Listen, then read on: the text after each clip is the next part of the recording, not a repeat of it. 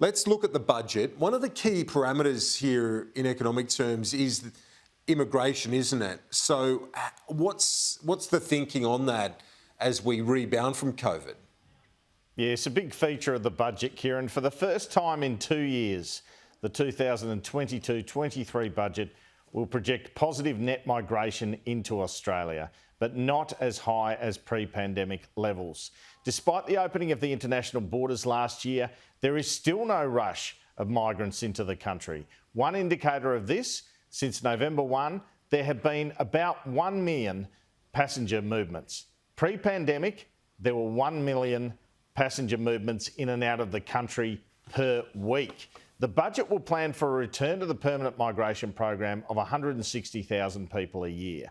This affects employment and also general budget numbers, generally the latter in a positive way, with more skilled migrants coming into the country and paying taxes and the like.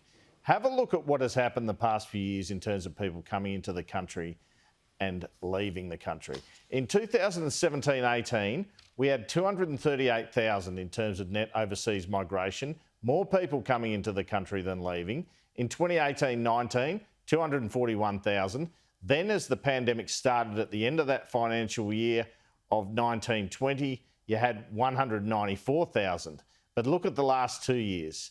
We had forecast negative net migration of 96,600 and 41,000 respectively.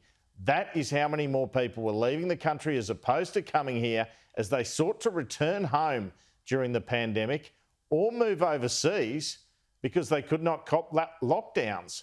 It would take a lot of people coming in the final quarter of this year, 2021-22, for that 41,000 figure to go into positive, but the 2022-23 numbers obviously will see a return to net positive migration.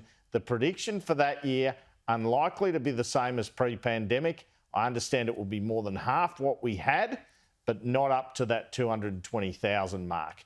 And speaking of the budget, as we revealed and the Health Minister confirmed yesterday on Sunday Agenda, there will be more money for mental health programs in the wake of the pandemic, lockdowns, homeschooling and the like.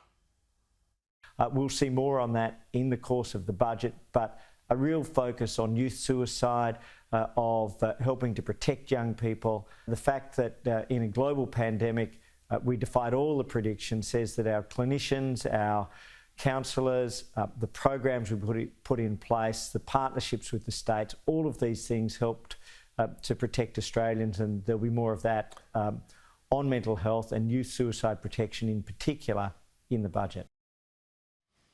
The Health Minister there on Sunday Agenda.